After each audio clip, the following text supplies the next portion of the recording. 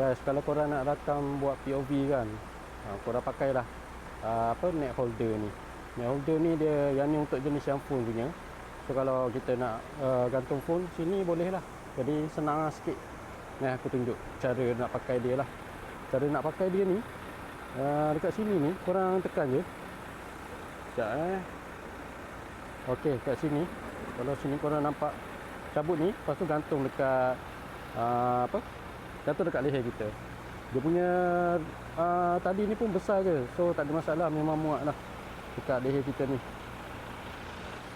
Jadi inilah, kalau rakaman POV ni senang lah. Mana tangan korang ni bebas lah. Korang nak pegang barang ke apa, lepas tu korang rakam.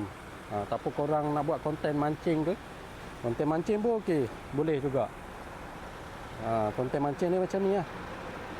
Senang. Korang nak buat, nak shoot casting apa semua macam ni.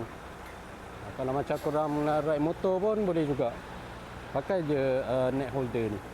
So kalau korang berminat, korang tekan je back kat bawah, aku dah sediakan.